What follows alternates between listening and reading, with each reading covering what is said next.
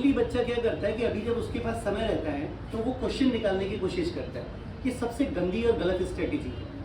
आप क्वेश्चन तब तक ना निकालें जब तक थ्योरी पे कमांड ना हो जाए, क्योंकि आधी अधूरी थ्योरी से किया गया क्वेश्चन और जहां पर भी आप अटकोगे आपका कॉन्फिडेंस खत्म कर देगा, तोड़ेगा नहीं, खत्म कर देगा। मेरे बहुत लेट समझ में आई, पर जब समझ में आई, जब मैंने इस स्ट्रेटेजी को फॉलो किया।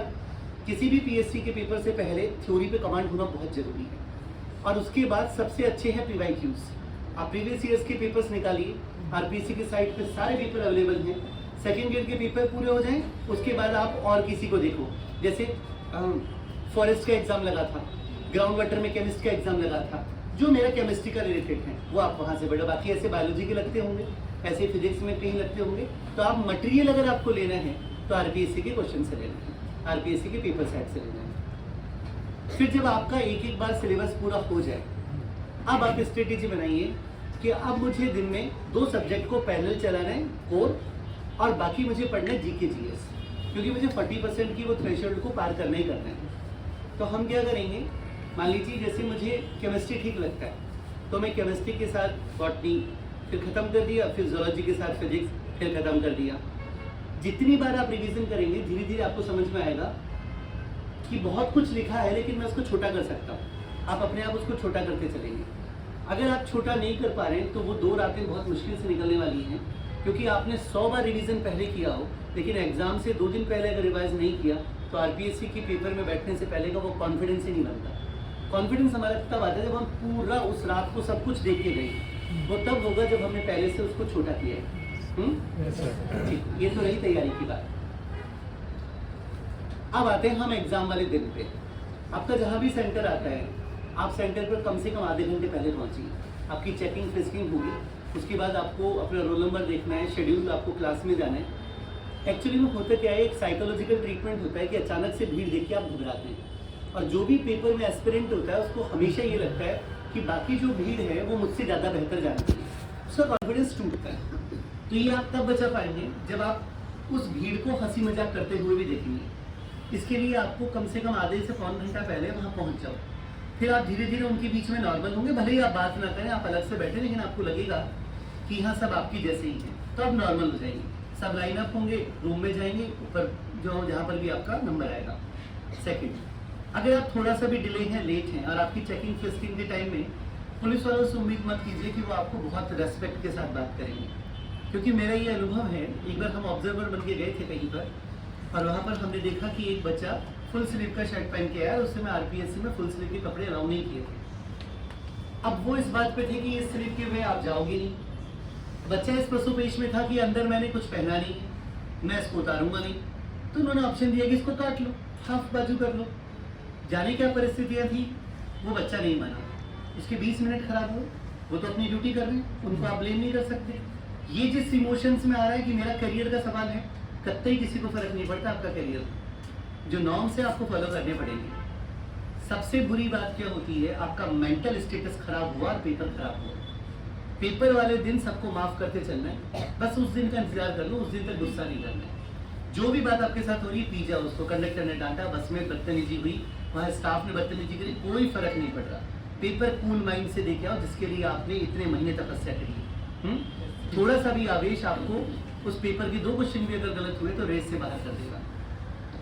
अब आप पेपर में, जब एग्जाम में आप पहुंच गए, आपको पेपर बांट दिए जाते हैं। आप अपने ईस्ट को याद कीजिए, अपने पेरेंट्स को याद कीजिए। उसके बाद आपको कहा जाता है पेपर ओपन करिए, आप पेपर खोलिए।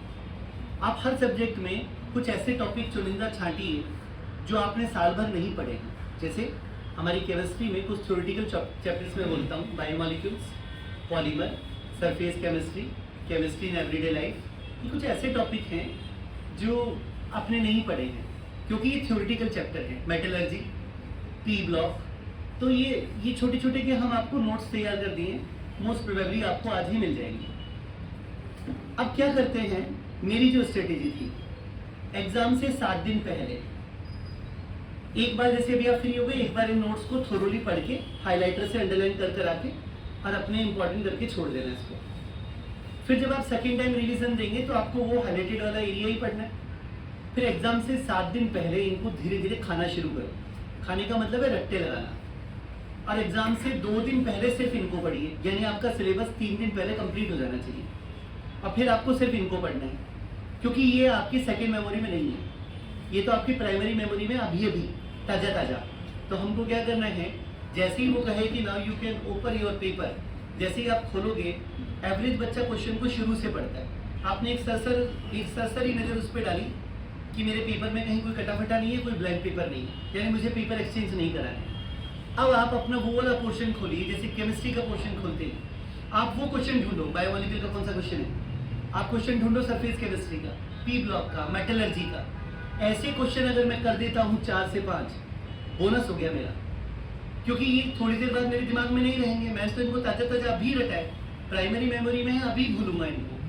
ऐसा फिजिक्स, बॉटनी, जूलॉजी में भी आप अपने अपना सेक्शन तय कीजिए कि कौन से चैप्टर हैं जो मुझे रट के जाने, सबसे पहले क्वेश्चन उसी के अटेम्प्ट होने। अब मैं यहाँ से इसको खाली कर दूंगा, डिलीट, तो मेरा बर्डन खत्म हो गया। जो क्वेश्चन मेरा मैकेनिज्म का है, जो क्वेश्चन मेरे न्यूमेरिकल हैं, वो तो मेरे फॉर्मूले लगाने से ही होगा। वो फॉर्मूला मुझे कल भी याद था, वो फॉर्मूला मुझे आज भी याद है। जैसे मैं सोचूंगा मुझे वो फॉर्मूला याद आ जाएगा। लेकिन जो मैं रट के आया हूँ थ्योरी का पार्ट, वो पूरे पेपर के बाद में नहीं होगा, क्योंकि फिर ओवरलैपिंग हो जाती है। क्योंकि उसको हमने साल भर पढ़ाई थी। फर्स्ट, सेकंड, जब हम पेपर को अटेम्प्ट करें, बायोलॉजी वाले बच्चे को चाहिए कि उसको सबसे पहले बॉटनी जूलॉजी को अटेम्प्ट करना चाहिए, क्योंकि ये ऐसे क्वेश्चन होते हैं जो हाथों आए और लातों ना आए। तो जैसे ही आपने 50% पेपर कर लिया तो हमारा कॉन्फिडेंस बूस्टअप हो जाता है। इत्तेफाक से अगर आपने फिजिक्स के साथ लोहा लेना शुरू किया और मान लेते हैं कि फिजिक्स आपकी बहुत अच्छी नहीं है, और अगर आपने बहुत सारा समय उस फिजिक्स को दिया, तो आपका एकदम से एंजाइटी होती है कि 3 अभी भी बाकी है, बॉटनी, जूलॉजी, केमिस्ट्री, अब कैसे होगा। और वो अब कैसे होगा आपका ऐसा कॉन्फिडेंस तोड़ता है कि फिर वो कभी नहीं होगा। सबसे पहले बॉटनी, जूलॉजी को निपटाना, उसमें आप मैक्सिमम वो होता है जहां आपको कोई लॉजिक के साथ सोचने में बहुत ज़्यादा समय नहीं लगता है, क्योंकि पेपर सीधा आप पिछले सालों के पेपर उठाओ। मैं यहाँ से क्लेम नहीं करता, लेकिन मैं एनसीईआरटी से क्लेम करता हूँ, पूरा पेपर एनसीईआरटी से छपता है। क्यों टीचर आती है अपनी क्लास में बोलता है कि मेरा पेपर कॉपी में से छपेगा? क्योंकि मुझे विश्वास है कि मैं एनसीईआरटी से पढ़ाता हूँ और पेपर एनसीईआरटी से बनता है, तो पेपर छपेगा। ये जरूर है, सीधा नहीं पूछ के उल्टा घुमा के पूछ लेगा, पर एग्जैक्ट छपता है। तो आप एनसीईआरटी खा के जाएंगे तो वहाँ पर क्वेश्चन होंगे। अब हम बात करते हैं पेपर को अटेम्प्ट करने का तरीका। मान लीजिए कि इस तरह से पेपर होगा और पेपर पे मान लीजिए क्वेश्चन नंबर 1, यहाँ question number 2, question 3, question 4। Question 1 इत्तेफाक से सबके सेट अलग अलग आएंगे। इत्तेफाक से मेरा क्वेश्चन पहला फिजिक्स का खुला, और फिजिक्स में मेरी बहुत ज़्यादा व्यवस्था नहीं है, कोई बात नहीं। ऊपर से देखते हैं कि यार ये मेरा नहीं पड़ा, छोड़ो, कॉन्फिडेंस नहीं लूज करना है। आप जिसमें गुड फील करते हो उस पर आ जाओ। मान लीजिए पहला, दूसरा, तीसरा नहीं है, चौथे पे आ जाओ। एवरेज बच्चे के साथ प्रॉब्लम क्या होती है, वो आ तो जाता है चौथे पे, लेकिन मन अटकता है यहीं पर। ऐसा होता है, आपके जहन में वो कैलकुलेशन ऑटोमेटिक चल रही होती है। आपको लगता है पूरी दुनिया में एक आप ही है जिसको कोई क्वेश्चन नहीं है, बाकी सबने तो कर लिए होंगे। ऐसा नहीं सोचें। अगर पेपर आप नहीं कर पा रहे हैं तो राजस्थान में ऐसा कोई फायदा ही नहीं हुआ कि वो दूसरा पेपर करते। इस कॉन्फिडेंस को बना के रखो, भ्रमी सीख पर बना के रखिए। पेपर को जब आप पढ़ें तो बहुत अच्छी एडवाइस दे रहा हूँ, अपना जो परमिशन लेटर आता है आपका, उस परमिशन लेटर को ऐसे कवर कर दो। पढ़ते समय सिर्फ मछली की आंख, वो एक ही क्वेश्चन मुझे देखना चाहिए।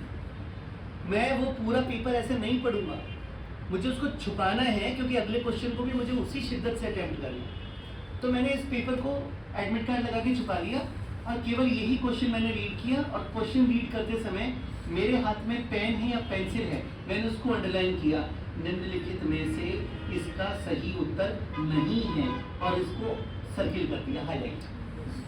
क्योंकि ऐसे ही प्रश्न गलत होते हैं। आप इतनी जल्दी में था, आपने उसको पढ़ा कौन सही है, वो पूछना चाह रहा है कौन सही नहीं है। दोनों में अंतर है, मार्जिनल डिफरेंस है। तो हम इसको इस तसल्ली से पेपर पढ़े, फिर चारों ऑप्शन को देखिए। भले ही आप 100% श्योर हो गए पहले ऑप्शन में, 100% श्योर के बावजूद भी आप नीचे आइए, चारों ऑप्शन देके डिनाई करो। ठीक है क्या?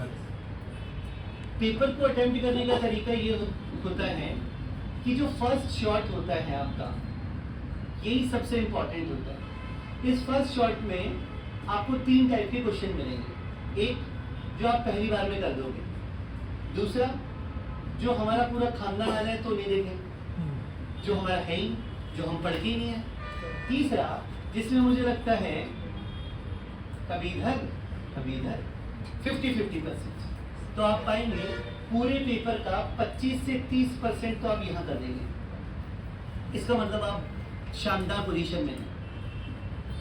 ऐसा रहेगा आपके पास 5%, 1 से 5% पेपर जो आपको बिल्कुल नहीं आएगा। और ये सत्य है, बिल्कुल नहीं आएगा, चाहे आप कितने धुरंधर हो। कुछ तो आरपीएससी का भी तो वो अपना मनवाएगा ना यार। पेपर सेंटर भी तो कहेगा वाह भाई, लोग उसको कहेंगे ना, अरे डॉक्टर साहब क्या पेपर बनाया आपने। यानी कि वो तब होगा जब कुछ क्वेश्चन ऐसे हों जो आपको नहीं आएंगे। 5% पेपर मानते हैं, 1 से 5 एक्सट्रीम लिमिट है, 1 से 2% कॉमन होता है। और ये सबसे ज़्यादा होते हैं।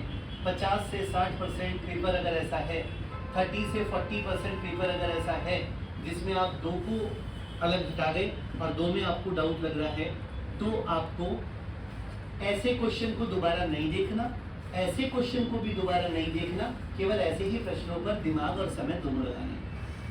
पेपर अटेम्प्ट करने का तरीका समझ में आ गया क्या? एवरेज बच्चा हर प्रश्न को दोबारा देखता है। आपको आरपीएससी किसी भी पेपर में इतना समय देती है कि आप पूरा पेपर 2 बार सॉल्व कर लो 0 से, इतना समय मिलता है। पर वो ज़्यादा समय नुकसान उसको करता है, क्योंकि आप जो पहला अटेम्प्ट करते हो वो बिल्कुल सटीक टू द पॉइंट आंसर यहाँ से निकाल के लाते हैं। फिर अगर आप उस पर रीथिंक करते हो तो अपने आप ही आप उसका गड्ढा खोदता खोदते पता नहीं बंगाल की खाड़ी को अरब सागर से कैसे जोड़ देते हो, और आंसर फिर वहाँ से आता है जो गलत होता है, और फिर आप उसको रब करके उसकी जगह पे वो करने की कोशिश करते हो। ऐसा काम ना करें। ये कब प्रैक्टिस मुझसे छूटेगी? क्योंकि ये कहना आसान है, लेकिन जब खुद के सामने पेपर आता है, डिसीजन लेना होता है, तो मन में एक लालच रहता है, करते करते एक ही तो क्वेश्चन करते, ऐसे एक एक करते हुए बहुत सारे हो जाते हैं, ऐसे नहीं करना। ये कब छूटेगी? अच्छा सजेशन ये है, आप OMR शीट को 7 भरते चलिए।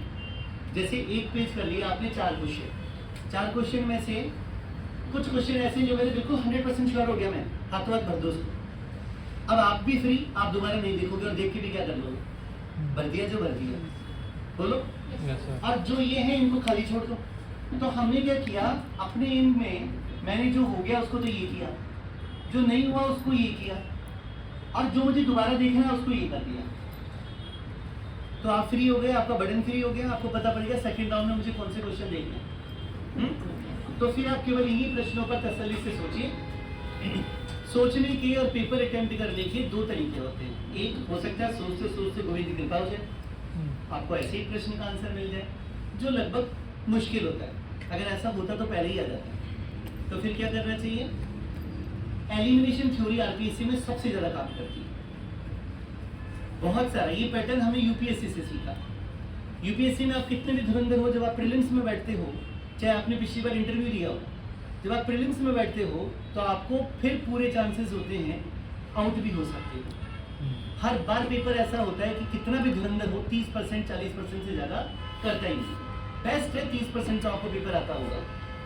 फिर सिलेक्शन कैसे होते हैं? 30% में तो नंबर ही पूरे नहीं हो रहे। फिर आता है एलिमिनेशन थ्योरी, फिर आपका ज्ञान काम आएगा। ये ऑप्शन नहीं हो सकता, क्वेश्चन को रीड करो, ये ऑप्शन नहीं हो सकता। फिर जो बच जाए, चाहे उसको आप जानते ही या नहीं जानते, फिर ऐसे क्वेश्चन को अटेम्प्ट करना चाहिए जिसके बारे में आप श्योर हुए कि ये 3 तो नहीं हो सकते, तो चौथे को अटेम्प्ट कीजिए। तो ऐसे करके आप अपना पेपर अटेम्प्ट कीजिए। किसी भी स्थिति में मैंने इतने सारे आरपीएससी के पेपर देखे, कभी भी मैंने ऐसा नहीं फील कर रहा कि कट ऑफ 90% गई हो गया, कभी भी नहीं जाती। 65 मैक्सिमम रहती है।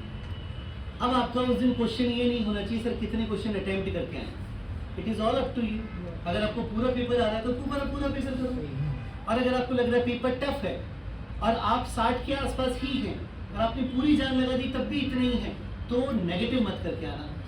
क्योंकि अगर आप नहीं कर रहे तो फिर और भी कोई नहीं कर रहा। और फिर अगर कोई कह रहा है कि मैं 80 करके आया हूँ तो उसको वहीं बधाई दे दो, तुम आउट हो गए मैच से।